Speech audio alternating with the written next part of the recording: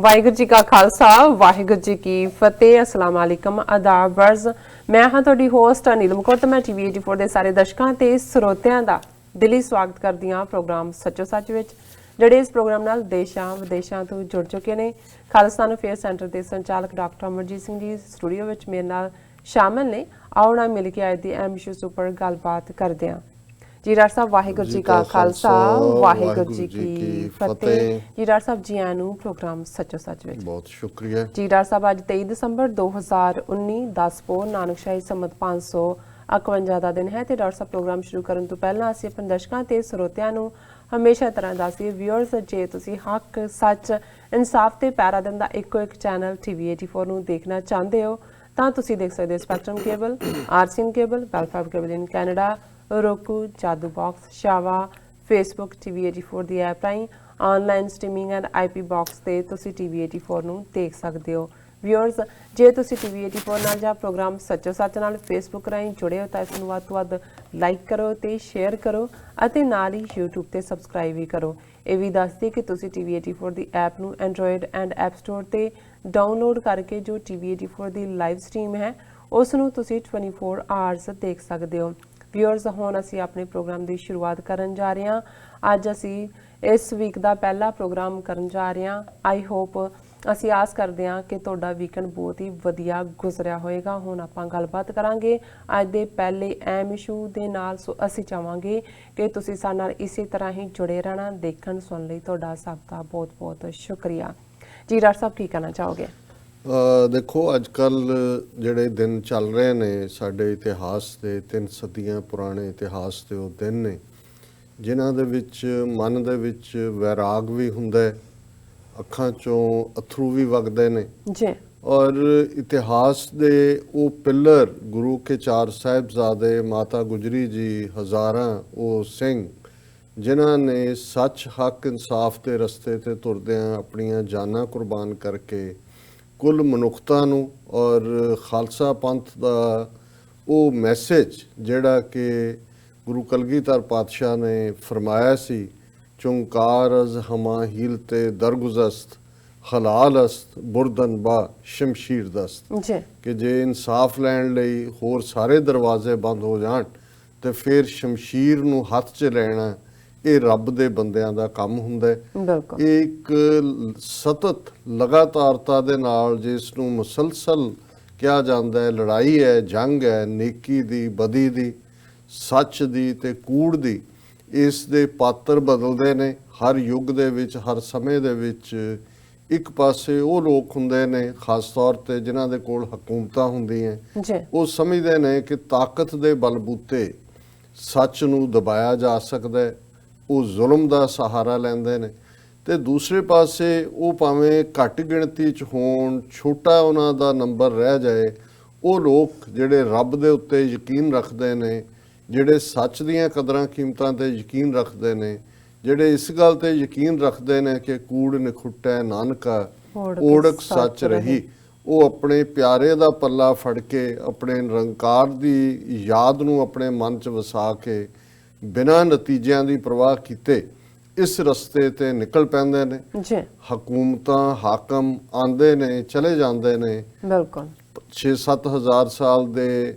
ਇਨਸਾਨੀ ਇਤਿਹਾਸ 'ਚ, ਇਨਸਾਨੀ ਤਾਰੀਖ 'ਚ ਬੜੇ ਬੜੇ ਐਮਪਾਇਰ, ਬੜੀਆਂ ਬੜੀਆਂ ਤਾਕਤਾਂ ਆਈਆਂ, ਮਿੱਟੀ ਦੇ ਵਿੱਚ ਮਿਲ ਗਈਆਂ। ਪਰ ਜਿਨ੍ਹਾਂ ਨੇ ਉਹਨਾਂ ਨੂੰ ਚੈਲੰਜ ਕੀਤਾ, ਜ਼ੁਲਮ ਨੂੰ ਚੈਲੰਜ ਕੀਤਾ, ਸੱਚ ਦੇ ਰਸਤੇ ਨੂੰ ਅਪਣਾਇਆ, ਉਹਨਾਂ ਨੂੰ ਦੁਨੀਆ ਦੇ ਹਰ ਖਿੱਤੇ 'ਚ ਬੈਠੇ ਉਸ ਖਿੱਤੇ ਦੇ ਲੋਕ, ਉਹਨਾਂ ਮਜ਼ਹਬਾਂ ਦੇ ਲੋਕ, ਉਹਨਾਂ ਇਤਿਹਾਸ ਦੇ ਪੰਨਿਆਂ ਨਾਲ ਜੁੜੇ ਹੋਏ ਲੋਕ ਹਮੇਸ਼ਾ ਯਾਦ ਵੀ ਰੱਖਦੇ ਨੇ। ਔਰ ਉਹ ਇੱਕ ਪ੍ਰੇਰਨਾ ਦਾ ਜਾਂ ਇੰਸਪੀਰੇਸ਼ਨ ਦਾ ਜਾਂ ਤੁਹਾਡੇ ਲਈ ਅੱਗੋਂ ਤੁਰਨ ਦਾ ਇੱਕ ਸਹਾਰਾ ਵੀ ਹੁੰਦੇ ਨੇ। ਕਿਉਂਕਿ ਇਹ ਠੀਕ ਹੈ ਕਿ ਨਿੱਜੀ ਜ਼ਿੰਦਗੀ ਦੇ ਵਿੱਚ ਸਾਨੂੰ ਮਾਜ਼ੀ ਵੱਲ ਨਹੀਂ ਦੇਖਣਾ ਚਾਹੀਦਾ। ਜੇ ਸਾਡਾ ਮਾਜ਼ੀ ਕਮਜ਼ੋਰ ਹੈ ਤੇ ਅਸੀਂ ਮੁਸਤਕਬਲ ਨੂੰ, ਫਿਊਚਰ ਨੂੰ ਬਣਾਉਣਾ ਤੇ ਫਿਰ ਸਾਨੂੰ ਬੁਲੰਦ ਇਰਾਦਿਆਂ ਦੇ ਨਾਲ ਆਪਣਾ ਮੁਸਤਕਬਲ ਘੜਨ ਦੇ ਲਈ ਕੰਮ ਕਰਨਾ ਚਾਹੀਦਾ ਹੈ। ਪਰ ਕੌਮਾਂ ਦੀ ਜ਼ਿੰਦਗੀ 'ਚ ਇਹ ਬਹੁਤ ਅਹਿਮ ਹੁੰਦਾ ਹੈ ਕਿ ਉਹ ਆਪਣੀ ਤਾਰੀਖ ਨੂੰ ਯਾਦ ਰੱਖਣ, ਆਪਣੇ ਇਤਿਹਾਸ ਨੂੰ ਯਾਦ ਰੱਖਣ, ਆਪਣੇ ਪਿਛੋਕੜ ਨੂੰ ਯਾਦ ਰੱਖਣ, ਆਪਣੇ ਬਜ਼ੁਰਗਾਂ ਨੂੰ ਯਾਦ ਰੱਖਣ, ਜਿਹਨੂੰ ਗੁਰੂ ਸਾਹਿਬ ਨੇ ਫਰਮਾਇਆ ਬਾਬਾਣੀਆਂ ਕਹਾਣੀਆਂ ਪੁੱਤ ਸਪੁੱਤ ਕਰੇਨ। ਕਿ ਬਾਬਾ ਬਜ਼ੁਰਗਾਂ ਦੀਆਂ ਕਹਾਣੀਆਂ, ਬਜ਼ੁਰਗਾਂ ਦੇ ਕਾਰਨਾਮੇ ਜਦੋਂ ਅਸੀਂ ਆਪਣੇ ਬੱਚਿਆਂ ਨੂੰ ਦੱਸਦੇ ਹਾਂ, ਬੱਚਿਆਂ ਦੇ ਨਾਲ ਸਾਂਝੇ ਕਰਦੇ ਹਾਂ, ਤੇ ਪੁੱਤ ਸਪੁੱਤ ਕਰੇਨ, ਜਿਹੜੇ ਪੁੱਤਰ ਨੇ ਉਹ ਸਪੁੱਤਰ ਹੋ ਜਾਂਦੇ ਨੇ, ਜੀ ਪੁੱਤਰੀਆਂ ਸਪੁੱਤਰੀਆਂ ਹੋ ਜਾਂਦੀਆਂ ਨੇ। ਕਿਉਂਕਿ ਇਹੀ ਇੱਕ ਤਰੀਕਾ ਹੈ ਜਿਹਦੇ ਨਾਲ ਤੁਸੀਂ ਉਹਨਾਂ ਨੂੰ ਦੱਸਦੇ ਹੋ ਕਿ ਤੁਹਾਡੇ ਬਜ਼ੁਰਗ, ਤੁਹਾਡਾ ਇਤਿਹਾਸ ਕਿੰਨਾ ਮਹਾਨ ਹੈ। ਔਰ ਸੱਚਮੁੱਚ ਜਿੰਨਾ ਇਹ ਸਾਰਾ ਹੀ ਪੀਰੀਅਡ ਜਿਹੜਾ ਗੁਜ਼ਰ ਰਿਹਾ ਹੈ, ਚਾਰ ਚਫੇਰੇ ਕੌਮ ਦੇ ਵਿੱਚ ਜਿਸ ਉਤਸ਼ਾਹ ਦੇ ਨਾਲ ਇਸ ਸਾਰੇ ਨੂੰ ਯਾਦ ਕੀਤਾ ਜਾ ਰਿਹਾ, ਮੈਂ ਸਮਝਦਾ ਵੀ ਜੇ ਅਸੀਂ 4 ਸਦੀਆਂ ਦੇ ਵਿੱਚ 4 ਪਾਵਰਫੁਲ ਰਜੀਮਸ ਦੇ ਨਾਲ ਟਕਰਾਏ ਔਰ ਇਸ ਦੇ ਬਾਵਜੂਦ ਰੱਬ ਦੀ ਰਹਿਮਤ ਦੇ ਨਾਲ 30 ਮਿਲੀਅਨ ਸਿੱਖ ਨੇਸ਼ਨ ਦੁਨੀਆ ਭਰ 'ਚ ਬਿਨਾਂ ਸਟੇਟ ਤੋਂ ਹੁੰਦਿਆਂ ਵੀ ਇੱਕ ਆਪਣੀ ਵੱਖਰੀ ਪਛਾਣ ਰੱਖਦਾ ਹੈ, ਇੱਕ ਆਪਣਾ ਵੱਖਰਾ ਮੁਹਾਂਦਰਾ ਰੱਖਦਾ ਹੈ। ਅਸੀਂ ਗੁਰੂ ਨਾਨਕ ਸਾਹਿਬ ਦਾ ਮੈਸੇਜ ਜਿਹੜਾ ਇਸ 550ਵੇਂ ਗੁਰੂ ਨਾਨਕ ਸਾਹਿਬ ਦੇ ਪ੍ਰਕਾਸ਼ ਪੁਰਬ ਦੇ ਉੱਤੇ ਦੁਨੀਆ ਦੀਆਂ ਪਾਰਲੀਮੈਂਟਾਂ ਦੇ ਵਿੱਚ ਗੂੰਜਿਆ, ਜਿਹੜਾ ਕੋਰੀਡੋਰ ਆਫ ਪਾਵਰਸ ਦੇ ਵਿੱਚ ਉਹ ਅਸੈਂਬਲੀਜ਼ ਹੋਣ, ਉਹ ਜਿਹੜੇ ਨੇ ਇੰਗਲੈਂਡ ਹੋਏ, ਕੈਨੇਡਾ ਹੋਏ, ਅਮਰੀਕਾ ਹੋਏ, ਆਸਟ੍ਰੇਲੀਆ ਹੋਏ, ਨਿਊਜ਼ੀਲੈਂਡ ਹੋਏ, ਉਹਨਾਂ ਦੇ ਜਿਹੜੇ ਵੱਡੇ ਵੱਡੇ ਅਦਾਰੇ ਨੇ ਉਹਨਾਂ 'ਚ ਯਾਦ ਕੀਤਾ ਗਿਆ। ਸੋ ਇਹ ਉਸ ਸੱਚ ਦੀ ਸਟਰੈਂਥ ਹੈ, ਕਿਉਂਕਿ ਸੱਚ ਪੁਰਾਣਾ ਨਾ ਥੀਵੇ, ਨਾ ਤਾਂ ਸੱਚ ਪੁਰਾਣਾ ਹੁੰਦਾ ਨਾ ਸੱਚ ਨੂੰ ਕੋਈ ਮਾਰ ਸਕਦਾ ਹੈ। ਸੋ ਇਵੇਂ ਹੀ ਅਸੀਂ ਇਹਨਾਂ ਦਿਨਾਂ 'ਚ ਔਰ ਜਿਉਂ-ਜਿਉਂ ਇਹ ਸਾਰੇ ਦਿਨ ਅੱਗੇ ਲੰਘਣਗੇ 26 ਤਰੀਕ ਤੱਕ ਪਹੁੰਚਦੇ ਆ, ਸਾਹਿਬਜ਼ਾਦਾ ਜ਼ੋਰਾਵਰ ਸਿੰਘ, ਸਾਹਿਬਜ਼ਾਦਾ ਫਤਿਹ ਸਿੰਘ, ਮਾਤਾ ਗੁਜਰੀ ਜੀ ਦਾ ਸ਼ਹੀਦੀ ਦਿਨ ਹੈ। ਔਰ ਇਹ ਸਾਡੇ ਲਈ ਦਿਨ ਉਵੇਂ ਹੀ ਅਹਿਮੀਅਤ ਰੱਖਦੇ ਨੇ ਜਿਵੇਂ ਯਹੂਦੀ ਭਾਈਚਾਰਾ ਜਦੋਂ ਪਾਸਓਵਰ ਨੂੰ ਯਾਦ ਕਰਦਾ ਤੇ ਉਹ ਇੱਥੇ ਕਿੰਨਾ ਵੱਡਾ ਵਾਲ ਸਟਰੀਟ ਦੇ ਵਿੱਚ ਉਹਨਾਂ ਦਾ ਸਾਰੀ ਦੁਨੀਆ ਨੂੰ ਹੀ ਘੁਮਾਉਂਦੇ ਨੇ। ਲੇਕਿਨ ਉਹ ਦਿਨ ਹੁੰਦੇ ਨੇ ਜਦੋਂ ਸਭ ਕਾਰੋਬਾਰ ਬੰਦ ਹੁੰਦੇ ਨੇ, ਉਹ ਜ਼ਮੀਨ ਦੇ ਉੱਤੇ ਸੌਂਦੇ ਨੇ, ਕੋਰਸ ਬ੍ਰੈਡ ਔਰ ਆਲੂ ਖਾਂਦੇ ਨੇ ਤੇ ਆਪਣੇ ਬੱਚਿਆਂ ਨੂੰ ਇਹ ਦੱਸਦੇ ਨੇ ਕਿ ਅੱਜ ਤੁਸੀਂ ਜਿਸ ਕੌਮ ਦਾ ਹਿੱਸਾ ਹੋ ਜਾਂ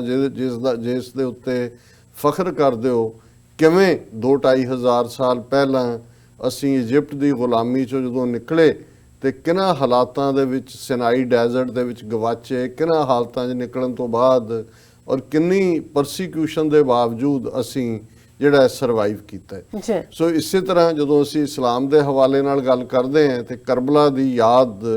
ਇਮਾਮ ਹੁਸੈਨ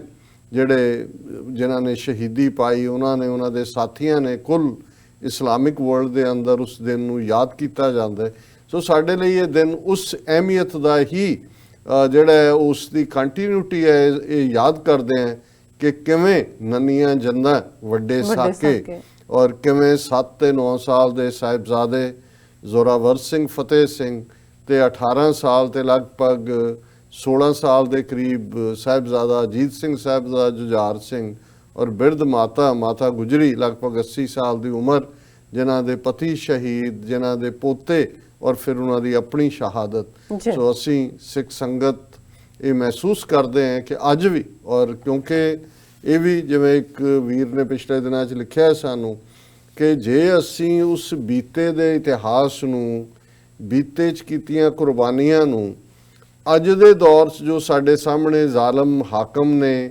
ਹੋ ਰਿਹਾ ਧੱਕਾ ਹੈ, ਉਸ ਦੇ ਖਿਲਾਫ ਨਹੀਂ ਖਲੋਂਦੇ ਤਾਂ ਫਿਰ ਇੱਕ ਮੀਅਰ ਐਮੋਸ਼ਨਲ ਸੈਟਿਸਫੈਕਸ਼ਨ ਹੈ। ਉਸ 'ਚੋਂ ਅਸੀਂ ਸੱਚਮੁੱਚ ਸਿੱਖੀ ਦਾ ਸੁਨੇਹਾ ਜਿਹੜਾ ਕਿ ਉਹਨਾਂ ਸ਼ਹਾਦਤਾਂ ਦੇ ਨਾਲ ਨਿਕਲਿਆ ਕਿ ਭਾਈ ਅਸੀਂ ਐਕਟਿਵਿਜ਼ਮ ਕਰਨਾ ਹੈ, ਅਸੀਂ ਸੱਚ ਦੇ ਨਾਲ ਖਲੋਣਾ ਹੈ, ਅਸੀਂ ਸੱਚ ਦੀ ਡਗਰ ਤੇ ਚੱਲਣਾ ਹੈ, ਭਾਵੇਂ ਜਿੰਨਾ ਮਰਜ਼ੀ ਹੈ ਮੁਸ਼ਕਲ ਰਸਤਾ ਹੋਏ। ਫਿਰ ਅਸੀਂ ਵੀ ਉਸ ਕਿਸਮ ਦਾ ਇੱਕ ਇਮੋਸ਼ਨਲ ਰੋਮਾਂਸ ਤੱਕ ਹੀ ਸਾਡਾ ਮਹਿਦੂਦ ਹੋਏਗਾ ਔਰ ਮੈਂ ਇਸ ਗੱਲ ਦੇ ਨਾਲ ਸਹਿਮਤ ਹਾਂ। ਔਰ ਅੱਜ ਜਦੋਂ ਅਸੀਂ ਇਹ ਗੱਲਬਾਤ ਕਰ ਰਹੇ ਹਾਂ, ਪਿਛਲੇ ਹਫਤੇ ਵੀ ਅਸੀਂ ਕੀਤੀ, ਕਿਵੇਂ ਭਾਰਤ ਦੇ ਹਿੰਦੂਤਵੀ ਹਾਕਮ ਜਿਹੜੇ ਨਾਜ਼ੀ ਤਰਜ਼ ਦੇ ਉੱਤੇ ਜਿਹੜੀ RSS ਦੀ ਆਈਡੀਓਲੋਜੀ 1925 ਤੋਂ ਲਗਾਤਾਰਤਾ ਦੇ ਨਾਲ ਸਿਰਫ ਉੱਥੋਂ ਦੇ 1 ਬਿਲੀਅਨ 300 ਮਿਲੀਅਨ ਲੋਕਾਂ ਦੇ ਲਈ ਨਹੀਂ, ਕੁੱਲ ਆਲਮ ਦੇ ਲਈ ਜਿਹੜੀ ਇੱਕ ਖਤਰਨਾਕ ਆਈਡੀਓਲੋਜੀ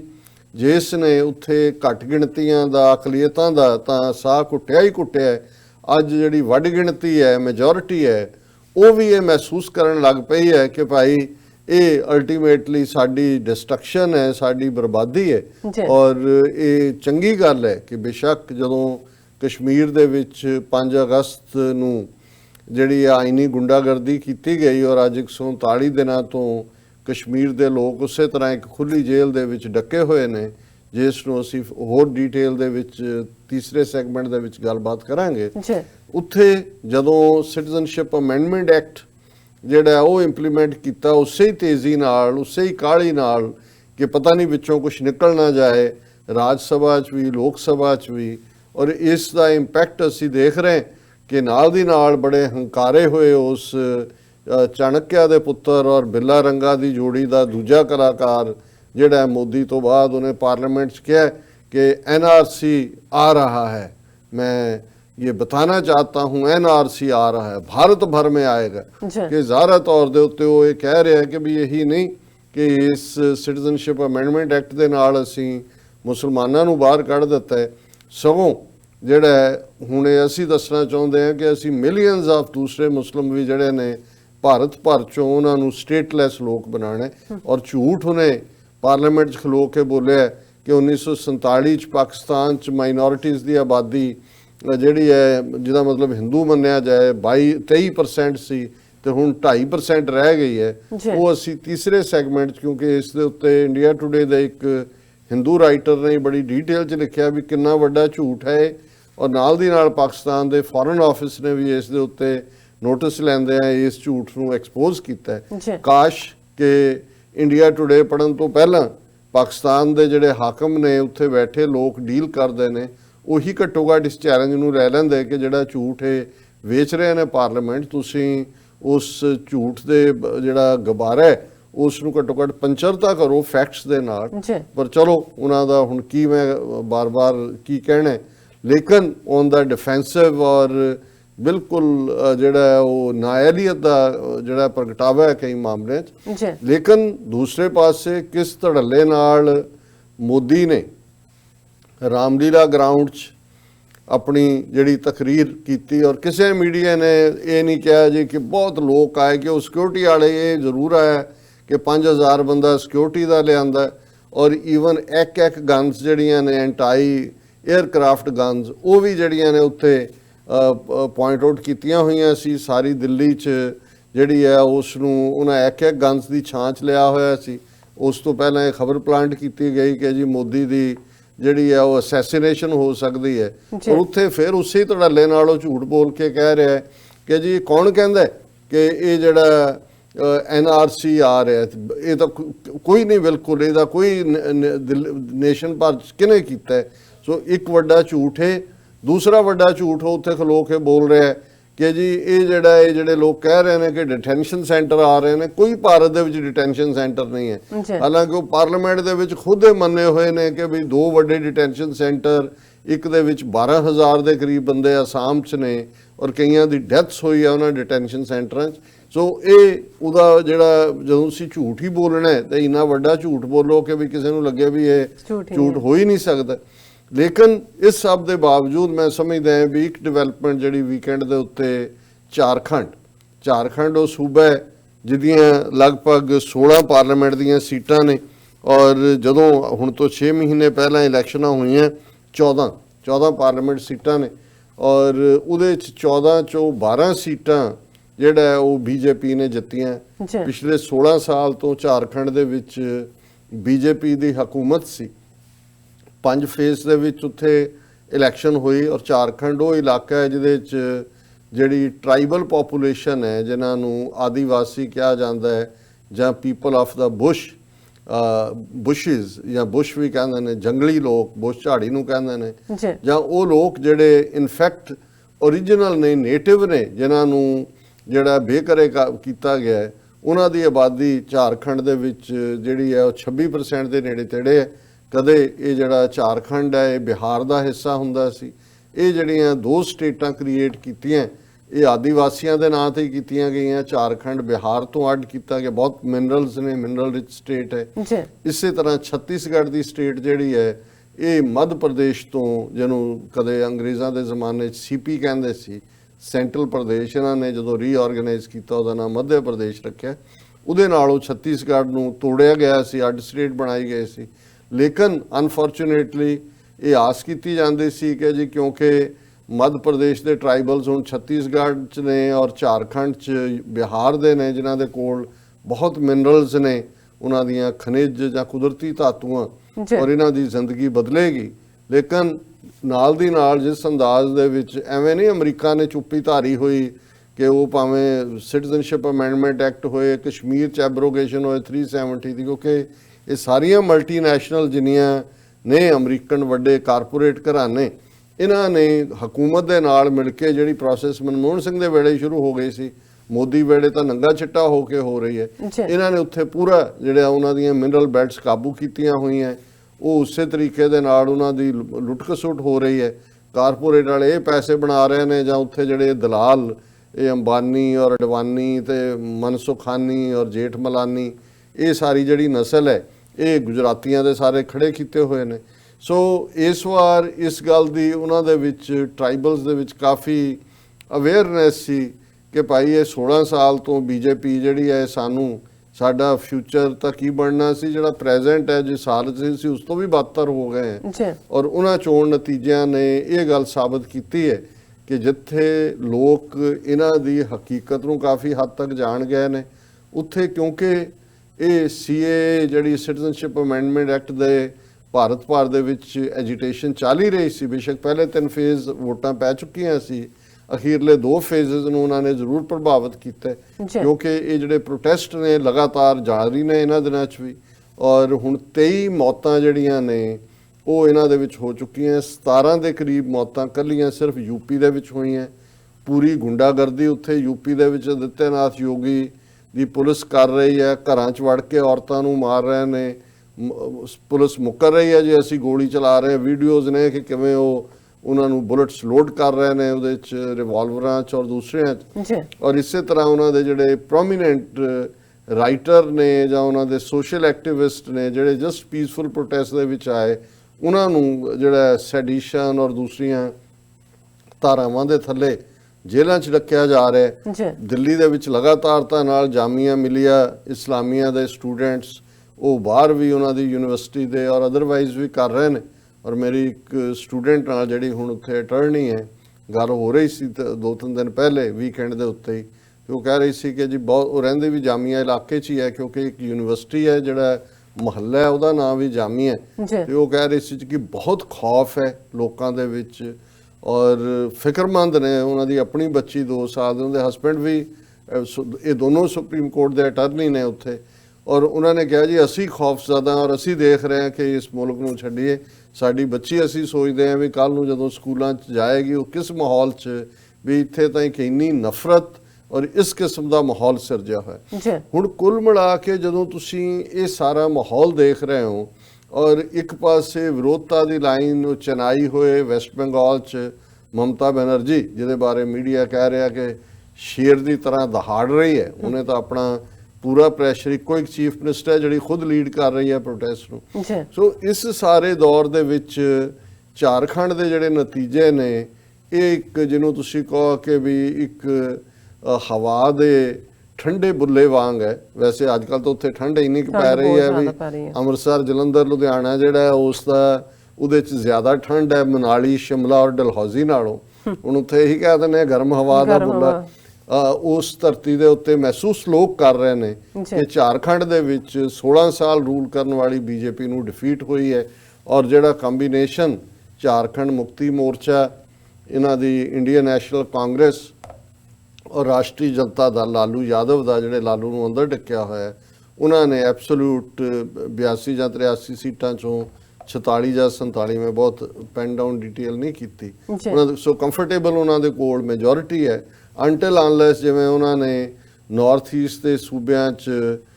ਜਾਂ ਪੂਰੀ ਦੀ ਪੂਰੀ ਆਪੋਜੀਸ਼ਨ ਹੀ ਖਰੀਦ ਲੈਂਦੇ ਨੇ ਜਾ ਕੇ, ਇਸ ਕਿਸਮ ਦੀ ਅੱਦਾ ਕੋਈ ਕਾਰਾ ਬਿੱਲਾ ਰੰਗਾ ਦੀ ਜੋੜੀ ਮੋਦੀ ਅਮਿਤ ਸ਼ਾਹ ਦੀ ਨਾ ਕਰੇ, ਤੇ ਅਦਰਵਾਈਜ਼ ਇਹ ਹੈ ਕਿ ਝਾਰਖੰਡ ਹੁਣ ਉਹ ਸਟੇਟ ਬਣੀ ਹੈ ਜਿਵੇਂ ਰਾਜਸਥਾਨ ਇਹਨਾਂ ਦੇ ਕੋਲੋਂ ਨਿਕਲਿਆ, ਮੱਧ ਪ੍ਰਦੇਸ਼ ਨਿਕਲਿਆ ਔਰ ਇਹ ਜਿਹੜਾ ਹੁਣ ਝਾਰਖੰਡ ਵੀ ਨਿਕਲਿਆ। ਔਰ ਇਹਨੇ ਇਹਨਾਂ ਨੂੰ ਹੋਰ ਵੀ ਫਿਕਰਮੰਦੀ ਪਾ ਦਿੱਤੀ ਹੈ ਕਿਉਂਕਿ ਬਹੁਤ ਜਲਦੀ ਆਉਣ ਵਾਲੇ ਦਿਨਾਂ 'ਚ ਦਿੱਲੀ ਦੀਆਂ ਇਲੈਕਸ਼ਨਾਂ ਹੋਣ ਜਾ ਰਹੀਆਂ ਨੇ ਔਰ ਫਿਰ ਬਿਹਾਰ ਦੀਆਂ ਨੇ। ਔਰ ਕਿਉਂਕਿ ਝਾਰਖੰਡ ਬਿਹਾਰ 'ਚੋਂ ਹੀ ਨਿਕਲਿਆ ਹੋਇਆ ਔਰ ਲਾਲੂ ਦੀ ਪਾਰਟੀ ਨੂੰ ਵੀ 3-4 ਸੀਟਾਂ ਦਾ ਮਿਲਣਾ ਪਹਿਲੀ ਵਾਰ ਹੈ ਵੀ ਉਹਨਾਂ ਦੇ ਉੱਥੇ ਪੈਰ ਲੱਗੇ ਨੇ। ਔਰ ਇੱਕ ਕੰਬੀਨੇਸ਼ਨ ਦੇ ਨਾਲ। ਸੋ ਇਹਨਾਂ ਨੂੰ ਇਹ ਨਜ਼ਰ ਜ਼ਰੂਰ ਆਉਣਾ ਸ਼ੁਰੂ ਹੋ ਗਿਆ ਹੈ ਕਿ ਭਾਈ ਜੇ ਇਹ ਵੋਟ ਬੈਂਕ ਜਿਹੜਾ ਹੈ ਇਕੱਠਾ ਹੋ ਜਾਏ, ਜਿਹੜਾ ਸਪਲਿਟ ਹੁੰਦਾ ਹੈ ਤੇ ਇਹਨਾਂ ਦਾ ਫਿਰ ਹਿੰਦੂਤਵਾ ਵਾਲੇ ਲਿਜਾਂਦੇ ਨੇ ਤੇ ਫਿਰ ਇਹਨਾਂ ਦੇ ਲਈ ਖਤਰਾ ਹੋ ਸਕਦਾ। ਸੋ ਸਾਨੂੰ ਤਾਂ ਅਸੀਂ ਆਪਣੇ ਪਰਸਪੈਕਟਿਵ ਤੋਂ ਜਦੋਂ ਦੇਖਦੇ ਹਾਂ, ਮੈਂ ਇਹ ਪੁੱਛਦਾ ਕਈਆਂ ਨੂੰ, ਮੈਂ ਕਿਹਾ ਜੀ ਜੇ ਦਿੱਲੀ 'ਚ ਕੱਲ੍ਹ ਨੂੰ ਕਾਂਗਰਸ ਜਾਂ ਕੋਈ ਆਪੋਜੀਸ਼ਨ ਦੀ ਸਰਕਾਰ ਬਣ ਜਾਏ, ਕੀ ਉਹ 370 ਵਾਪਸ ਲੈ ਆਣਗੇ ਕਸ਼ਮੀਰ 'ਚ? ਬਿਲਕੁਲ ਨਹੀਂ, ਕਿਉਂਕਿ ਜਿਹੜੀਆਂ ਨੀਤੀਆਂ ਬਣਾ ਦਿੱਤੀਆਂ ਨੇ ਉਹਨਾਂ ਨੇ ਇਸ ਕਿਸਮ ਦਾ ਹਿੰਦੂਕਰਨ ਕਰ ਦਿੱਤਾ ਹੈ ਸਾਰੇ ਪਾਸੇ ਕਿ ਕੋਈ ਵੀ ਜਿਹੜੀ ਆਉਣ ਵਾਲੀ ਧਿਰ ਵੀ ਹੋਏਗੀ, ਵੈਸੇ ਤਾਂ ਪਹਿਲਾਂ ਹੀ ਦੋਨਾਂ ਦੇ ਕਮਿਊਨਲ ਏਜੰਡੇ A ਔਰ B ਟੀਮ ਦੇ ਤੌਰ ਤੇ ਬੀਜੇਪੀ ਔਰ ਕਾਂਗਰਸ, ਬੀਜੇਪੀ A ਟੀਮ ਹਿੰਦੂਤਵਾਦੀ, ਕਾਂਗਰਸ B, ਲੇਕਿਨ ਹੁਣ ਤਾਂ ਇਸ ਕਿਸਮ ਦਾ ਲਗਭਗ 80% ਲੋਕਾਂ ਨੂੰ, ਬੇਸ਼ੱਕ ਅਸੀਂ ਉਦੋਂ ਬ੍ਰੇਕ ਡਾਊਨ ਕਰਦੇ ਹਾਂ, ਬ੍ਰਾਹਮਣ ਆਬਾਦੀ 3.5% ਰਹਿ ਜਾਂਦੀ ਹੈ, ਪਰ ਮੋਦੀ ਜੀ ਨੇ ਇੰਨਾ ਜ਼ੁਲਮ ਕੀਤਾ, ਇਹ ਕਿਹੜਾ ਬ੍ਰਾਹਮਣ ਹੈ, ਇਹ ਤੇਲੀ ਹੈ। ਜਿਹੜਾ ਅਮਿਤ ਸ਼ਾਹ ਹੈ, ਜਿਹੜਾ ਰੰਗਾ ਬਿੱਲਿਆ ਦਾ ਦੂਜੀ ਜੋ ਉੱਥੇ ਹੋਮ ਮਿਨਿਸਟਰ ਸੀ ਉਹਦੇ ਨਾਲ ਔਰ ਹੁਣ ਕਰ ਰਿਹਾ, ਇਹ ਕਿਹੜਾ ਬ੍ਰਾਹਮਣ ਹੈ? ਇਹ ਸ਼ਾਹ ਉਹਨਾਂ ਦਾ ਬਾਣੀਏ 3rd ਵੈਸ਼ਿਆ ਕਲਾਸ ਚੋਂ ਹੈ। ਸੋ ਕਹਿਣ ਦਾ ਮਤਲਬ ਇਹ ਹੈ ਕਿ ਵੀ ਬੇਸ਼ੱਕ ਇੱਕ ਟ੍ਰੈਂਡ, ਇਹ RSS ਦੇ ਪ੍ਰਧਾਨ ਜਿਹੜਾ ਵੀ ਬਣਦਾ ਹੈ ਮੁਖੀ, ਉਹ ਬ੍ਰਾਹਮਣ ਹੀ ਹੁੰਦਾ, ਉਹ ਤਾਂ ਉਹਨਾਂ ਨੇ ਬਣਾਇਆ ਹੋਇਆ ਮੋਹਨ ਭਾਗਵਤ ਔਰ ਦੂਜੇ ਕੰਟਰੋਲਿੰਗ ਫੋਰਸਿਸ ਨੇ। ਸੋ ਮੈਂ ਇਹ ਸਮਝਦਾ ਫਿਰ ਵੀ, ਕਿਉਂਕਿ ਅਸੀਂ ਜਦੋਂ ਡੇ ਟੂ ਡੇ ਗੱਲਬਾਤ ਕਰਦੇ ਹਾਂ ਤੇ ਕੋਈ ਵੀ ਡਿਵੈਲਪਮੈਂਟ ਕਿਤੇ ਚੱਲ ਰਹੀ ਹੁੰਦੀ ਹੈ, ਸਾਡਾ ਫਰਜ਼ ਬਣਦਾ ਕਿ ਵੀ ਅਸੀਂ ਉਸ ਦਾ ਐਨਾਲਿਸਿਸ ਵੀ ਦਈਏ, ਹਾਲਾਂ ਉਹਨਾਂ ਚੋਣਾਂ ਚੋਂ ਕੀ ਨਿਕਲਣਾ ਹੈ ਜਾਂ ਪਹਿਲਿਆਂ ਨੇ ਕਿਹੜਾ ਘੱਟ ਖਾਧਾ ਹੈ ਤੇ ਨਵੇਂ ਕਿਹੜੇ ਜਿਹੜੇ ਨੇ ਉਹ ਇਮਾਨਦਾਰ ਹੁੰਦੇ ਨੇ। ਲੇਕਿਨ ਫਿਰ ਵੀ ਜਿਵੇਂ ਹੈ ਵੀ hoping against hope is the folly of human nature, ਉੱਥੇ ਲੋਕਾਂ ਨੂੰ ਹੋਪ ਹੁੰਦੀ ਹੈ ਕਿ ਭਾਈ ਇਹ ਜਿਹੜਾ ਬਦਲੇਗਾ। ਇਸ ਦਾ ਇੱਕ ਪਾਰਟ ਜ਼ਰੂਰ ਹੈ ਕਿ ਇੰਡੀਅਨ ਡੈਮੋਕ੍ਰੇਸੀ ਸੋ ਕਾਲਡ ਅਖੌਤੀ ਦਾ ਚਿਹਰਾ ਦੁਨੀਆ ਸਾਹਮਣੇ ਬੇਨਕਾਬ ਹੋਇਆ। ਔਰ ਮੈਂ ਦੇਖਦਾ ਵੀ ਇਹਨਾਂ ਦਿਨਾਂ ਦੇ ਵਿੱਚ ਦੁਨੀਆ ਦੇ ਜਿਹੜੇ ਪ੍ਰੋਮੀਨੈਂਟ ਅਖਬਾਰ ਨੇ, ਜਿਨ੍ਹਾਂ ਦੇ ਵਿੱਚ ਵਾਲ ਸਟਰੀਟ ਜਰਨਲ ਹੈ, ਨਿਊਯਾਰਕ ਟਾਈਮਜ਼ ਹੈ, ਵਾਸ਼ਿੰਗਟਨ ਪੋਸਟ ਹੈ, ਗਾਰਡੀਅਨ ਹੈ ਇੰਗਲੈਂਡ ਦੇ ਵਿੱਚ, ਅਲ ਜਜ਼ੀਰਾ ਹੈ, ਜਾਪਾਨ ਟਾਈਮਜ਼ ਹੈ, ਉਹਨਾਂ ਨੇ ਬੜੇ ਵੇਰਵੇ ਦੇ ਨਾਲ ਜਿਹੜਾ ਇਹਨਾਂ ਪ੍ਰੋਟੈਸਟ ਨੂੰ ਵੀ ਕਵਰ ਕੀਤਾ ਹੈ। ਇੰਡੀਆ ਦੀ ਡੈਮੋਕ੍ਰੇਸੀ ਦਾ ਢੋਂਗ ਕੀ ਹੈ ਉਹਨੂੰ ਵੀ ਖਿਲਾਰਿਆ। ਔਰ ਦੇਖੀ ਹੁਣ ਜਿਹੜੇ ਇਹਨੂੰ ਸੱਦ ਕੇ ਮੋਦੀ ਨੂੰ ਸਿਵਲ ਅਵਾਰਡ ਦੇਣ ਵਾਲੇ ਸੀ, OIC ਜਿਹਨੂੰ ਸਾਊਦੀ ਅਰੇਬੀਆ ਲੀਡ ਕਰਦਾ ਹੈ, ਉਹਨਾਂ ਦੇ ਵੀ ਇੱਕ ਮਰੀਅਲ ਜਿਹੀ ਸਟੇਟਮੈਂਟ ਆਈ ਹੈ ਜਿਹਦੇ 'ਚ ਉਹਨਾਂ ਨੇ ਇਹ ਕਿਹਾ ਕਿ ਜੀ ਇੰਡੀਆ ਮੁਸਲਮਾਨਾਂ ਦੇ ਹਿੱਤਾਂ ਨੂੰ ਔਰ ਧਾਰਮਿਕ ਥਾਵਾਂ ਨੂੰ ਦੇਖੇ। ਹੁਣ ਉਹ 9 ਨਵੰਬਰ ਦਾ ਜਿਹੜਾ ਉਹ ਆਇਆ ਹੋਇਆ ਫੈਸਲਾ ਅਯੁੱਧਿਆ ਮੰਦਿਰ ਤੇ, ਹੁਣ ਧਾਰਮਿਕ ਥਾਵਾਂ ਯਾਦ ਆਈਆਂ, ਮਸੀਤ ਯਾਦ ਆਈ ਹੈ, ਅਯੁੱਧਿਆ ਨਾ ਉਹਦਾ ਫਿਰ ਵੀ ਨਹੀਂ ਲਿਆ ਕਿ ਜੀ ਉਹਨੂੰ ਮਹਿਫੂਜ਼ ਕਰੇ ਤੇ ਫਰਾਣਾ। ਉਹ ਵੀ ਹੁਣ ਕਿਉਂਕਿ ਉਹਨਾਂ ਨੂੰ ਲੱਗਦਾ ਹੈ ਕਿ ਵੀ ਟਰਕੀ ਔਰ ਮਲੇਸ਼ੀਆ ਇਹਨਾਂ ਨੇ ਆਪਣੀ ਕੋਲਾਲੰਪੁਰ ਦੇ ਵਿੱਚ ਕੀਤੀ ਹੈ ਸਮਿਟ ਕਿ ਵੀ ਇਹ ਇੱਕ ਪੈਰਲਲ ਬਾਡੀ ਖੜੀ ਹੋ ਰਹੀ ਹੈ। ਸੋ ਇਹ ਜਦੋਂ ਤੁਸੀਂ ਦੇਖਦੇ ਹੋ ਕਿ ਜਿਹੜਾ ਧਨ ਹੈ, ਪੈਸਾ ਹੈ, ਪੈਸੇ ਦੀ ਦੌੜ ਹੈ, ਆਸ਼ੀ ਕਿਵੇਂ ਤੁਹਾਨੂੰ ਜਿਹੜੀ ਹੈ ਉਹ ਬਿਲਕੁਲ ਕਾਣੇ ਕਰ ਦਿੰਦੀ ਹੈ ਕਿ ਤੁਹਾਡੇ ਅੰਦਰ ਜੁਰਤ ਔਰ ਅੱਖਾਂ 'ਚ ਅੱਖਾਂ ਪਾ ਕੇ ਗੱਲ ਕਰਨ ਦੀ ਹਿੰਮਤ ਵੀ ਨਹੀਂ ਰਹਿੰਦੀ। ਸੋ ਇੱਕ ਪਾਸਾ ਇਹ ਚੱਲ ਰਿਹਾ ਔਰ ਜਿਵੇਂ ਮੈਂ ਕਿਹਾ ਕਿ ਉੱਥੇ ਬੈਠਿਆਂ ਨੂੰ ਜਿਹੜੀ ਹੋਪ ਹੈ, ਜਿਵੇਂ ਅਰੁਣਧਾਤੀ ਰॉय, ਮੈਂ ਸਾਰੇ ਪੀਰੀਅਡ ਦੇਖ ਰਿਹਾ ਸੀ, ਮੈਂ ਕਿਹਾ ਵੀ ਉਹ ਕਿਤੇ ਪ੍ਰੋਟੈਸਟ ਤੇ ਵੀ ਨਹੀਂ ਬੀਬੀ ਨਜ਼ਰ ਆਈ ਤੇ ਕੋਈ ਉਹਦੀ ਸਟੇਟਮੈਂਟ ਵੀ ਨਹੀਂ। ਅੱਜ ਮੈਂ ਦੇਖਿਆ ਉਹਨੇ ਕਿਹਾ this is beginning of the end of this government, Arundhati Roy, ਕਿ ਇਹ ਹੁਣ ਇਸ ਸਰਕਾਰ ਦੇ ਅੰਤ ਦੀ ਸ਼ੁਰੂਆਤ ਹੋ ਗਈ ਹੈ। ਔਰ ਉਹਨੇ ਕਿਹਾ ਕਿ ਵੀ ਇਹ ਜਿਹੜਾ ਪਾਰਟ ਹੈ, ਜਿਵੇਂ ਲੋਕ ਬਾਹਰ ਨਿਕਲੇ ਨੇ, ਇਹ ਬੜੀ ਹੋਪ ਹੈ ਕਿ ਜਿਹਦੇ ਨਾਲ ਲੋਕਾਂ ਨੇ ਇਹ ਦੱਸਿਆ ਕਿ ਵੀ ਇੱਥੇ everybody has joined into protest against the unconstitutional CAB and NRC. We are Dalits, Muslims, Hindus, Christians, Sikhs, Adivasis, Marxists, Ambedkarites, farmers, workers, academics, writers, poets, painters, and most of all students who are the future of this country. This time you will not stop us, ਇਹ warning ਕਰ ਰਹੀ ਹੈ। ਔਰ ਜ਼ਾਹਰ ਹੈ ਕਿ ਅੱਜ ਦੀ date 'ਚ ਇਹ ਜਿਹੜੀ ਹੈ ਸਟੂਡੈਂਟਸ ਨੂੰ ਮੈਂ ਕ੍ਰੈਡਿਟ ਦਿਆਂਗਾ ਕਿਉਂਕਿ ਐਕੈਡੈਮੀਸ਼ੀਅਨ ਜਾਂ ਦੂਜੇ ਤਾਂ ਪਹਿਲਾਂ ਵੀ ਆਪਣੇ ਅਵਾਰਡ ਵਾਪਸ ਕਰਦੇ ਰਹੇ, ਦੂਸਰੇ ਇਹਨਾਂ ਦੇ ਕੰਨਾਂ ਤੇ ਜੂੰ ਨਹੀਂ ਸਰਕੀ, ਪਰ ਜਦੋਂ ਜਾਮੀਆ ਮਿਲੀਆ ਦੇ ਸਟੂਡੈਂਟਸ ਦੇ ਨਾਲ ਧੱਕਾ ਕੀਤਾ, ਇਹਨਾਂ ਨੇ ਬਰਬਰੀਅਤ ਕੀਤੀ, ਤੇ ਇਹੀ ਨਹੀਂ ਭਾਰਤ ਦੀਆਂ ਯੂਨੀਵਰਸਿਟੀਆਂ, ਦੁਨੀਆ ਭਰ ਦੀਆਂ ਯੂਨੀਵਰਸਿਟੀਜ਼ ਦੇ ਵਿੱਚ ਪ੍ਰੋਟੈਸਟ ਹੋਏ ਨੇ। ਔਰ ਅੱਜ ਹੀ ਮੈਂ ਖਬਰ ਦੇਖ ਰਿਹਾ ਸੀ ਕਿ ਜਰਮਨ ਦਾ ਇੱਕ ਇੰਟਰਨੈਸ਼ਨਲ ਸਟੂਡੈਂਟ ਜਿਹੜਾ ਦਿੱਲੀ 'ਚ ਇੱਕ ਪ੍ਰੋਟੈਸਟ ਦੇ ਵਿੱਚ ਸ਼ਾਮਲ ਹੋਇਆ, ਉਹਨੂੰ ਉਹਨਾਂ ਦੀ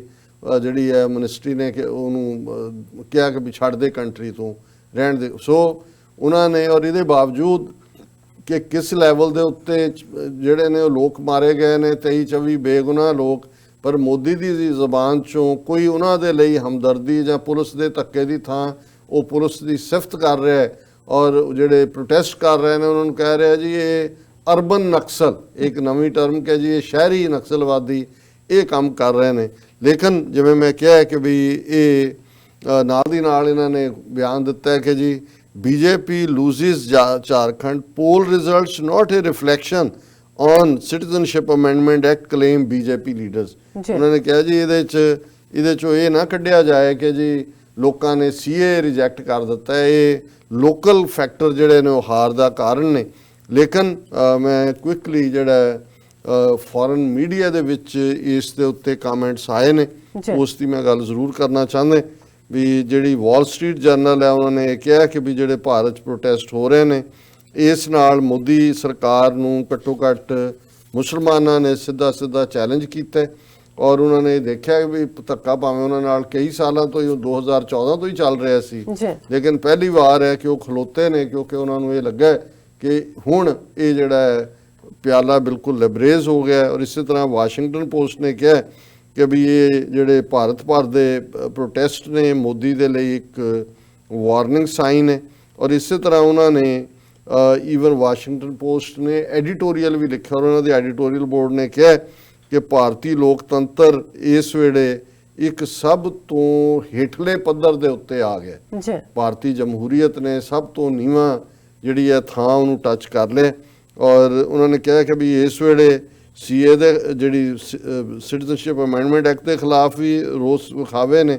ਤੇ ਕਸ਼ਮੀਰ ਘਾਟੀ 'ਚ ਹੁਣ ਦਾ ਦੁਨੀਆ ਦੇ ਇਤਿਹਾਸ ਦਾ ਸਭ ਤੋਂ ਲੰਬਾ ਇੰਟਰਨੈਟ ਸ਼ਟਡਾਊਨ ਹੈ। ਔਰ ਇਹ ਦੱਸਦਾ ਕਿ ਵੀ ਇਹ ਕਿਸ ਲੈਵਲ ਦੇ ਉੱਤੇ ਜਿਹੜਾ ਹੈ ਭਾਰਤੀ ਡੈਮੋਕ੍ਰੇਸੀ ਦਾ ਜਿਹੜਾ ਉਹ ਥੱਲਾ ਲੱਗਾ। ਫਿਰ ਉਹਨੇ ਇਹ ਵੀ ਕਿਹਾ ਕਿ ਵੀ ਇਸ ਮਾਮਲੇ ਦੇ ਵਿੱਚ ਟਰੰਪ ਐਡਮਿਨਿਸਟ੍ਰੇਸ਼ਨ ਦੀ ਜਿਹੜੀ ਚੁੱਪੀ ਹੈ ਇਹ ਜਿਹੜੀ ਹੈ ਇਹ ਬੜੀ ਖਤਰਨਾਕ ਹੈ। ਔਰ ਇਹ ਉਹਨਾਂ ਨੇ ਇਹ ਕਿਹਾ ਵੀ ਇਸ ਲਈ ਕਿਉਂਕਿ ਅਮਰੀਕਾ ਦੇ ਭਾਰਤ ਦੇ ਨਾਲ ਵਪਾਰਕ ਹਿੱਤ ਨੇ, ਟ੍ਰੇਡ ਇੰਟਰਸਟ ਨੇ, ਔਰ ਇਹ ਇਸੇ ਕਰਕੇ ਉਹ ਇਸ ਦੇ ਉੱਤੇ ਇਸ ਕਾਨੂੰਨ ਤੇ ਅਮਰੀਕਾ ਨੇ ਕੋਈ ਸਖਤ ਰੁਖ ਨਹੀਂ ਅਪਣਾਇਆ। ਤੇ ਨਿਊਯਾਰਕ ਟਾਈਮਸ ਨੇ ਲਿਖਿਆ ਕਿ ਭਾਰਤ ਹੁਣ ਉੱਠ ਖੜਾ ਹੋਇਆ ਤਾਂ ਕਿ ਉਹ ਆਪਣੀ ਰੂਹ ਨੂੰ ਜਿਉਂਦਾ ਰੱਖ ਸਕੇ। ਸੋ ਇਹ ਬੜੀ ਸਟਰੋਂਗ ਗੱਲ ਹੈ। ਔਰ ਇਸੇ ਤਰ੍ਹਾਂ ਉਹਨਾਂ ਨੇ ਇੱਕ ਹੋਰ ਲੇਖ ਦੇ ਵਿੱਚ ਨਿਊਯਾਰਕ ਟਾਈਮਸ ਨੇ ਇਸੇ ਹੀ ਇਸ਼ੂ 'ਚ ਕਿਹਾ ਕਿ ਮੋਦੀ ਦੇਸ਼ ਦੇ ਉੱਤੇ ਹਿੰਦੂ ਏਜੰਡਾ ਥੋਪਣ ਦੀ ਕੋਸ਼ਿਸ਼ ਕਰ ਰਿਹਾ, ਲੇਕਿਨ ਜਿਹੜੇ ਸੈਕੂਲਰਿਜ਼ਮ 'ਚ ਯਕੀਨ ਰੱਖਣ ਵਾਲੇ ਭਾਰਤੀ ਨੇ ਉਹ ਉਸ ਦਾ ਕਰਾਰਾ ਜਵਾਬ ਦੇਣ ਲਈ ਉੱਠ ਖਲੋਤੇ ਨੇ। ਔਰ ਨਾਲ ਹੀ ਉਹਨਾਂ ਨੇ ਕਿਹਾ ਕਿ ਇਹ ਜਿਹੜਾ ਮੋਦੀ ਦੀ ਕੱਟੜਤਾ ਦਾ ਪਰਦਾਫਾਸ਼ ਹੋ ਗਿਆ ਕਿ ਵੀ ਇਹ ਜਮਹੂਰੀਅਤ ਦੇ ਨਾਂ ਥੱਲੇ ਕਿਸ ਕਿਸਮ ਦਾ ਕਰ ਰਹੇ ਨੇ। ਇਸੇ ਤਰ੍ਹਾਂ ਇੰਗਲੈਂਡ ਦੀ ਅਖਬਾਰ ਗਾਰਡੀਅਨ ਨੇ ਉਹਨਾਂ ਨੇ ਇੱਕ ਰਿਪੋਰਟ ਇਸ ਦੇ ਉੱਤੇ ਭਾਰਤ ਦੇ ਵਿੱਚ ਜਿਹੜੇ ਪ੍ਰੋਟੈਸਟ ਚੱਲ ਰਹੇ ਨੇ ਉਹਦੇ 'ਚ ਉਹਨਾਂ ਨੇ ਕਿਹਾ ਕਿ ਵੀ ਇਹ ਇੰਨੇ ਵੱਡੇ ਜਿਹੜੇ ਪ੍ਰੋਟੈਸਟ ਹੋ ਰਹੇ ਨੇ ਉਹ ਦੱਸਦੇ ਨੇ ਕਿ ਮੋਦੀ ਸੱਚਮੁੱਚ ਹੀ ਕਾਫੀ ਅੱਗੇ ਨਿਕਲ ਗਿਆ ਕਿ ਆਪਣੀਆਂ ਨੀਤੀਆਂ ਜਿਸ ਕਿਸਮ ਦੀਆਂ ਉਹਨਾਂ ਨੇ ਬਣਾਈਆਂ ਕਿ ਵੀ ਇਹ ਪਿਛਲੇ 4 ਦਹਾਕਿਆਂ ਦੇ ਸਭ ਤੋਂ ਵੱਡੇ ਪ੍ਰੋਟੈਸਟ ਕਹੇ ਜਾ ਸਕਦੇ ਨੇ। ਔਰ ਉਹਨਾਂ ਦੀ ਆਵਾਜ਼ ਨੂੰ ਦਬਾਉਣ ਦੇ ਲਈ ਮੋਦੀ ਸਰਕਾਰ ਨੇ ਲਗਭਗ ਸਾਰੇ ਹੀ ਸੂਬਿਆਂ ਦੇ ਵਿੱਚ ਇੱਕ ਐਮਰਜੈਂਸੀ ਵਰਗੀ ਸਿਚੁਏਸ਼ਨ ਲਾਗੂ ਕਰ ਦਿੱਤੀ ਹੈ। ਉਹਦੇ 'ਚ ਪ੍ਰੋਟੈਸਟ ਕਰਨ ਵਾਲਾ ਭਾਵੇਂ ਕੋਈ ਹਿੰਦੂ ਹੋਏ ਜਾਂ ਮੁਸਲਮਾਨ, ਜਵਾਨ ਹੋਏ ਜਾਂ ਬਜ਼ੁਰਗ, ਕਿਸਾਨ ਹੋਏ ਜਾਂ ਸਟੂਡੈਂਟ, ਇਹ ਸਾਰਿਆਂ ਦੇ ਉੱਤੇ ਹੀ ਪਾਬੰਦੀ ਹੈ ਕਿਉਂਕਿ ਸਭ ਕਿਸਮ ਦੇ ਲੋਕ ਜਿਹੜੇ ਨੇ ਉਹ ਇਹਨਾਂ ਪ੍ਰੋਟੈਸਟ ਦੇ ਵਿੱਚ ਸ਼ਾਮਲ ਹੋ ਰਹੇ ਨੇ। ਇਸੇ ਤਰ੍ਹਾਂ ਜਿਹੜਾ CNN TV ਚੈਨਲ ਜਿਨ੍ਹਾਂ ਦਾ ਭਾਰਤ ਦੇ ਵਿੱਚ ਜਿਹੜਾ CNN ਦਾ ਆਪਣਾ ਇੱਕ ਵੈਬਸਾਈਟ ਵੀ ਆ ਔਰ TV ਵੀ ਰਨ ਕਰਦੇ ਨੇ, ਔਰ ਉਹਨਾਂ ਨੇ ਕਿਹਾ ਵੀ ਇੱਕ ਦਿਨ ਦੀ ਹਿੰਸਾ ਤੋਂ ਬਾਅਦ ਹੁਣ ਭਾਰਤ ਸਰਕਾਰ ਨੇ ਰੋਸ ਵਿਖਾਵਿਆਂ ਦੇ ਉੱਤੇ ਸ਼ਿਕੰਜਾ ਕੱਸ ਦਿੱਤਾ ਹੈ। ਘੱਟੋ ਘੱਟ ਭਾਰਤ ਦੇ 15 ਸ਼ਹਿਰਾਂ 'ਚ 10,000 ਤੋਂ ਜ਼ਿਆਦਾ ਲੋਕ ਸੜਕਾਂ ਦੇ ਉੱਤੇ ਨਿਕਲੇ, ਔਰ ਇਹਨਾਂ ਸ਼ਹਿਰਾਂ ਦੇ ਵਿੱਚ ਦਿੱਲੀ, ਮੁੰਬਈ, ਬੰਗਲਾਰੂ, ਕਲਕੱਤਾ ਸ਼ਾਮਲ ਨੇ। ਔਰ ਉਹਨਾਂ ਨੇ ਆਪਣੀ ਜਿਹੜੀ ਹੈ ਵੈਬਸਾਈਟ 'ਤੇ ਇੱਕ ਫੋਟੋ ਗੈਲਰੀ ਵੀ ਜਿਹੜੀ ਹੈ ਉਹ ਪ੍ਰਕਾਸ਼ਿਤ ਕੀਤੀ ਹੈ ਜਿਹਦੇ 'ਚ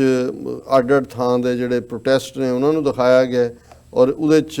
ਇਹੋ ਜਿਹੀਆਂ ਪਿਕਚਰਸ ਵੀ ਨੇ ਕਿ ਜਿੱਥੇ ਪੁਲਿਸ ਜਿਹੜੀ ਹੈ ਉਹ ਬਿਲਕੁਲ ਜ਼ਾਲਮਾਨਾ ਤਰੀਕੇ ਦੇ ਨਾਲ ਲੋਕਾਂ ਦੇ ਉੱਤੇ ਲਾਠੀਆਂ ਵਰਸਾ ਰਹੀ ਹੈ। ਜੀ ਔਰ ਇੱਕ ਅੱਧੀ ਪਿਕਚਰ ਉਹ ਵੀ ਹੈ ਜਿੱਥੇ ਕਿ ਲੋਕਾਂ ਨੇ ਥਾਣੇ ਨੂੰ ਘੇਰਿਆ ਹੋਇਆ ਹੈ ਔਰ ਪੁਲਿਸ ਵਾਲੇ ਜਿਹੜੇ ਨੇ ਉਹ ਅੱਗੋਂ ਭੱਜਦੇ ਦਿਖਾਈ ਦਿੰਦੇ ਨੇ। ਇਸੇ ਤਰ੍ਹਾਂ ਅਸੀਂ ਮਲੇਸ਼ੀਆ ਦੇ ਪ੍ਰਾਈਮ ਮਿਨਿਸਟਰ ਨੇ ਮਹਾਤਰ ਨੇ ਕੀ ਚੈਲੰਜ ਕੀਤਾ ਸੀ ਉਹਦੀ ਗੱਲ ਕੀਤੀ, ਉਹਦੀ ਮੀਡੀਆ 'ਚ ਵੀ ਜ਼ਿਕਰ ਹੈ, ਜੀ ਜਿਹਦੇ 'ਚ ਉਹਨੇ ਕਿਹਾ ਸੀ ਕਿ ਜੇ ਅਸੀਂ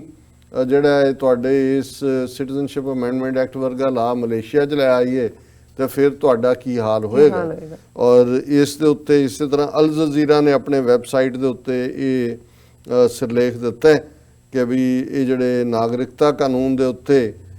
ਜਿਹੜਾ ਰੋਸ ਵਿਖਾਵੇ ਹੋਏ ਉਹਨਾਂ 'ਚ ਇੱਕ ਥਾਂ ਤੇ 8 ਸਾਲ ਦੇ ਬੱਚੇ ਨੂੰ ਵੀ ਗੋਲੀ ਮਾਰੀ ਗਈ ਔਰ ਉਹਦੀ ਡੈਥ ਹੋਈ। ਔਰ ਇਹ ਜਿਹੜੀ ਹੈ ਉਹਨਾਂ ਨੇ ਕਿਹਾ ਕਿ ਵੀ ਸਭ ਤੋਂ ਜ਼ਿਆਦਾ ਮੌਤਾਂ ਜਿਹੜੀਆਂ ਨੇ ਉਹ ਯੂਪੀ ਦੇ ਵਿੱਚ ਹੋਈਆਂ ਨੇ, ਜਿੱਥੇ 15 ਤੋਂ ਜ਼ਿਆਦਾ ਮੌਤਾਂ ਇਹ ਸਾਰੇ ਦੇ ਵਿੱਚ ਹੋਈਆਂ ਨੇ। ਇਸੇ ਤਰ੍ਹਾਂ ਜਾਪਾਨ ਟਾਈਮਜ਼ ਨੇ ਵੀ ਇਸ ਦੇ ਉੱਤੇ ਇਹਨੂੰ ਕਵਰ ਕੀਤਾ। ਉਹਨਾਂ ਨੇ ਕਿਹਾ ਕਿ ਵੀ ਇਹ ਜਿਹੜਾ ਭਾਰਤ ਹੈ ਉਹ ਉਹਨਾਂ ਅਸੂਲਾਂ ਨੂੰ ਹੀ ਹੁਣ ਛੱਡ ਰਿਹਾ ਜਿਨ੍ਹਾਂ ਦੇ ਉੱਤੇ ਇਸ ਦੀ ਫਾਊਂਡੇਸ਼ਨ ਰੱਖੀ ਗਈ ਸੀ। ਜਾਪਾਨ ਟਾਈਮਜ਼ ਦੇ ਇਸ ਲੇਖ ਦੇ ਵਿੱਚ ਉਹਨਾਂ ਨੇ ਕਿਹਾ ਕਿ ਵੀ ਇਹ ਜਿਹੜੇ ਹਿੰਦੂ ਰਾਸ਼ਟਰਵਾਦੀ ਨੇ ਜਿਹੜੇ ਸਮਝਦੇ ਨੇ ਕਿ ਅਸੀਂ ਹਿੰਦੂ ਨੇਸ਼ਨ ਬਣਾਉਣਾ ਹੈ, ਉਹਨੂੰ ਐਂ ਲੱਗਦਾ ਹੈ ਕਿ ਵੀ ਉਹ ਆਪਣਾ ਅਧੂਰਾ ਸੁਪਨਾ ਜਿਹੜਾ ਉਹਨਾਂ ਦਾ ਹਿੰਦੂ ਰਾਸ਼ਟਰ ਦਾ ਉਹਨੂੰ ਪੂਰਾ ਕਰਨ ਜਾ ਰਹੇ ਨੇ। ਔਰ ਇਹ ਜਿਹੜਾ ਇੱਕ ਖਤਰਨਾਕ ਗੱਲ ਹੈ ਕਿਉਂਕਿ ਭਾਰਤ ਆਪਣੀਆਂ ਜੜ੍ਹਾਂ ਦੇ ਵਿੱਚ ਆਪ ਹੀ ਤੇਲ ਦੇ ਰਿਹਾ। ਸੋ ਮੈਂ ਇਹ ਸਮਝਦਾ ਵੀ ਘੱਟੋ ਘੱਟ ਇਹ ਜਿਹੜੇ ਇੰਪੈਕਟ ਹੁੰਦੇ ਨੇ ਜਿਹੜੇ ਇਸ ਕਿਸਮ ਦੇ ਜਦੋਂ ਬਾਹਰਲੇ ਮੀਡੀਆ 'ਚ ਜਾਂ ਉਹਨਾਂ ਦੇ ਚੈਨਲਸ ਤੇ ਚੱਲਦਾ, ਠੀਕ ਹੈ ਹਕੂਮਤਾਂ ਅਮਰੀਕਾ ਚੁੱਪ ਹੈ, ਇਹਨਾਂ ਦੇ ਵਪਾਰਕ ਇੰਟਰਸਟ ਨੇ, ਇੰਗਲੈਂਡ ਨਹੀਂ ਬੋਲਿਆ ਕਸ਼ਮੀਰ ਦੇ ਮੁੱਦੇ ਤੇ, ਉਹਨਾਂ ਦੀ ਸਭ ਤੋਂ ਵੱਡੀ ਸ਼ਰਾਰਤ ਅਨਫਿਨਿਸ਼ਡ ਜਿਹੜੀ ਕਲੋਨੀਅਲ ਮੈਪ ਮੇਕਿੰਗ। ਲੇਕਿਨ ਮੈਂ ਸਮਝਦਾ ਵੀ ਜਿੰਨਾ ਧੱਕਾ ਇਹਨਾਂ ਦਿਨਾਂ ਦੇ ਵਿੱਚ ਭਾਰਤ ਦੇ ਜਿਹੜਾ ਇਹਨਾਂ ਨੇ ਰੌਡੀ ਮੌਡੀ ਤੇ ਡਰਾਮੇਬਾਜ਼ੀਆਂ ਕਰਕੇ ਬਣਾਇਆ ਸੀ, ਮੈਂ ਸਮਝਦਾ ਵੀ ਇਹ ਡਾਊਨ ਦਾ ਡਰੇਨ ਨੇ। ਭਾਵੇਂ ਅਰੁਣਧਾਤੀ ਰਾਏ ਨੇ ਕਿਹਾ ਕਿ ਵੀ it's beginning of an end of the Modi government, ਮੈਂ ਸਮਝਦਾ ਵੀ it's beginning of an end of India itself. ਔਰ ਇਹ ਗੱਲ ਤਾਂ ਜਿਹੜੀ ਹੈ 2003 ਦੇ ਵਿੱਚ ਹੁਣ ਉਹਨੂੰ ਸਾਰਿਆਂ ਨੂੰ ਕੋਟ ਕਰ ਰਹੇ ਨੇ ਉਹਨੂੰ, ਖੁਸ਼ਵੰਤ ਸਿੰਘ ਦੀ ਕਿਤਾਬ ਕਿ ਜੀ India the death of India ਇੱਦਾਂ ਦੀ ਉਹਦੀ ਕਿਤਾਬ ਹੈ 2003 'ਚ ਛਪੀ। ਔਰ ਉਹਨੂੰ ਈਵਨ ਜਿਹੜਾ ਸੌਰਵ ਗਾਂਗਲੀ ਜਿਹੜਾ ਕ੍ਰਿਕਟ ਬੋਰਡ ਦਾ ਇਹਨਾਂ ਨੇ ਚੇਅਰਮੈਨ ਬਣਾਇਆ, ਉਹਦੀ ਡਾਟਰ ਹੈ, ਉਹਨੇ ਵੀ ਉਹਨੂੰ ਕੋਟ ਕੀਤਾ ਤੇ ਉਹ ਫਿਰ ਉਹਨਾਂ ਨੇ ਕੰਨ ਖਿੱਚੇ ਹੋਣੇ ਨੇ ਬੀਜੇਪੀ ਨੇ। ਉਹਨੇ ਕਿਹਾ ਨਹੀਂ ਮੇਰੀ ਬੱਚੀ ਅਜੇ ਯੰਗ ਹੈ, ਇਮੈਚੁਰ ਹੈ, ਉਹਨੂੰ ਨਹੀਂ ਕੀਤਾ ਜਾਏ। ਲੇਕਿਨ ਉਸੇ ਹੀ ਟਵੀਟ ਨੂੰ ਅੱਗੋਂ ਇਮਰਾਨ ਖਾਨ ਤੋਂ ਲੈ ਕੇ ਬਹੁਤ ਸਾਰੇ ਲੋਕਾਂ ਨੇ ਕੀਤਾ ਕਿ ਇਹ ਬਿਲਕੁਲ ਇਹ ਠੀਕ ਹੈ ਕਿ ਇਹ ਸਿਰਫ ਮੋਦੀ ਗਵਰਨਮੈਂਟ ਆਏਗੀ ਜਾਏਗੀ, ਇਹ ਕੋਈ ਏਡਾ ਇੰਪੋਰਟੈਂਟ ਨਹੀਂ ਹੈ, ਇਹ ਇਨਫੈਕਟ ਡੈਥ ਆਫ ਇੰਡੀਆ ਹੀ ਹੈ। ਔਰ ਇਹ ਜਿਹੜਾ beginning of an end of India ਇਹਨੂੰ ਕਹਿਣਾ ਜ਼ਿਆਦਾ ਜਿਹੜਾ ਐਪਰੋਪ੍ਰੀਏਟ ਹੋਏਗਾ। ਜੀ ਰਾਜ ਸਾਹਿਬ ਤੁਹਾਡਾ ਬਹੁਤ ਬਹੁਤ ਸ਼ੁਕਰੀਆ। ਤੁਸੀਂ ਪਹਿਲਾਂ ਐਮ ਇਸ਼ੂ ਸਾਡੇ ਦਰਸ਼ਕਾਂ ਨਾਲ ਸਾਂਝਾ ਕੀਤਾ, ਰਹਿੰਦੇ ਇਸ਼ੂ ਆਪਾਂ ਆਫਟਰ ਦਾ ਬ੍ਰੇਕ ਡਿਸਕਸ ਕਰਦੇ ਹਾਂ। ਇੱਥੇ ਲੈਣੇ ਆ ਬ੍ਰੇਕ ਤੋਂ ਪਹਿਲਾਂ ਅਸੀਂ ਆਪਣੇ ਦਰਸ਼ਕਾਂ ਤੇ ਸਰੋਤਿਆਂ ਨੂੰ ਅਪੀਲ ਤੇ ਬੇਨਤੀ ਕਰਦੀ ਵਿਊਅਰਸ, ਜਿਸ ਤਰ੍ਹਾਂ ਕਿ ਤੁਸੀਂ ਜਾਣਦੇ ਹੋ ਕਿ ਟੀਵੀ 84 ਮਨੁੱਖੀ ਹੱਕਾਂ ਦਾ ਪਹਿਰੇਦਾਰ ਹੈ। ਟੀਵੀ 84 ਸਿੱਖਾਂ, ਕਸ਼ਮੀਰੀਆਂ ਤੇ ਭਾਰਤੀਆਂ ਨੌਰਥ ਸਟੇਟਾਂ ਦੇ ਲੋਕਾਂ ਦੇ ਸਵੈਨਿਨੇ ਦੇ ਹੱਕਾਂ ਦਾ ਹਾਮੀ ਹੈ। ਅਸੀਂ ਚਾਹਾਂਗੇ ਕਿ ਤੁਸੀਂ ਟੀਵੀ 84 ਦੀ ਚੜ੍ਹਦੀ ਕਲਾ ਲਈ ਵੱਧ ਤੋਂ ਵੱਧ ਡੋਨੇਟ ਕਰੋ। ਡੋਨੇਟ ਕਰਨ ਲਈ ਸਾਡੀ ਵੈਬਸਾਈਟ tv84.tv ਤੇ ਜਾ ਕੇ ਪੇਪਲ ਦੀ ਵਰਤੋਂ ਕਰਕੇ ਵਨ ਟਾਈਮ ਡੋਨੇਟ ਕਰ ਸਕਦੇ ਹੋ, ਮੰਥਲੀ ਡੋਨੇਟ ਵੀ ਕਰ ਸਕਦੇ ਹੋ। ਤੁਸੀਂ ਟੀਵੀ 84 ਦੇ ਨਾਮ ਤੇ ਚੈੱਕ ਬਣਾ ਕੇ ਸਾਨੂੰ ਮੇਲ ਵੀ ਕਰ ਸਕਦੇ ਹੋ ਸਾਡੇ ਇਸ ਪਤੇ ਤੇ 36-01 37th ਐਵਨਿਊ, ਲੌਂਗ ਆਈਲੈਂਡ ਸਿਟੀ, ਨਿਊਯਾਰਕ 11101 USA, ਜਾਂ ਫਿਰ ਤੁਸੀਂ ਸਾਨੂੰ ਫੋਨ ਰਾਹੀਂ ਵੀ ਸੰਪਰਕ ਕਰ ਸਕਦੇ ਹੋ ਸਾਡੇ ਫੋਨ ਨੰਬਰ ਤੇ 5164060694। Thank you so much viewers. ਵਿਚਾਰਾਂ ਦਾ ਸਿਲਸਿਲਾ ਇਸ ਤਰ੍ਹਾਂ ਹੀ ਚੱਲਦਾ ਰਹੇਗਾ। ਮਿਲਦੇ ਹਾਂ ਛੋਟੇ ਜਿਹੇ ਬ੍ਰੇਕ ਤੋਂ ਬਾਅਦ।